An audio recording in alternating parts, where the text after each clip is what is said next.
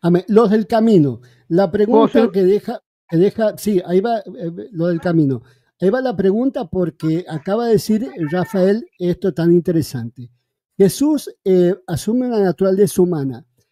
Ahí queda claro que él está hablando o sea, es la única persona que es Jesús, pero que está con esta naturaleza humana, porque la naturaleza divina no puede tener miedo, no puede sufrir ese tipo de cosas, pero sí la naturaleza humana, o sea, tener miedo, no querer morir, hay gente que se entera de una enfermedad grave y se desvive a sí mismo porque nos quiere soportar, pero él está diciendo que tiene que llevar esa naturaleza humana que asumió hasta la consumación porque es la voluntad del Padre, que la única forma de redimir al hombre es llevando esa naturaleza humana al máximo, a tal punto ahí a sudar sangre, como dice. Entonces, ¿cómo ves vos ahí en ese momento? ¿Es el verbo afectado, podríamos decir, por esa naturaleza humana que la está llevando al máximo a la angustia, está llegando a lo más tremendo porque es lo que va justamente, lo va a llevar a esa humanidad, a esa naturaleza humana, a que, bueno, llegue al límite a poder ser un sacrificio agradable al Padre, ¿no? Una consumación total. Te escucho, a ver, ¿qué opina vos de eso?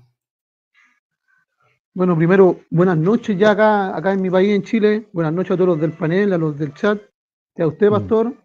amén. Eh, yo, la verdad, tengo que ser bien consecuente con lo que siempre digo. Yo me limito a lo que dice la escritura, pastor, no a los términos filosóficos, a la cristología, que, como la llaman, que son puros meros esfuerzos humanos, filosóficos, teológicos, con, que por lo general no están fundados muchas veces en la escritura, sino más bien en personas, en seres humanos igual que nosotros. Eh, para mí, el Señor era 100% hombre. Como lo dijo el pastor Lugo, el verbo de la escritura dice claro, se hizo carne. A mí me parece lamentable que este señor Rafael, que él no es cristiano, pueda entender esto, porque los cristianos estamos tan confundidos con todas estas doctrinas que hemos heredado del catolicismo, de otros hombres, como digo yo, pero la escritura es bien clara. El Señor tenía una sola voluntad, Él se hizo 100% hombre, y esa voluntad que Él tenía, Él no la obedecía tampoco. Él decía textual, lo que recién citaba acá don Rafael, y él también decía que él nunca hacía su voluntad, sino que hacía la voluntad del que le envió, que las palabras que él hablaba no eran sus palabras, sino que eran las palabras del que le envió.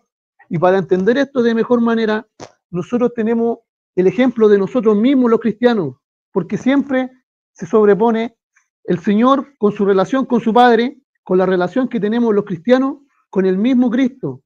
Los cristianos tenemos que negar nuestra naturaleza, tenemos que negar nuestra voluntad para que la voluntad de Cristo sea manifestada en nuestras vidas.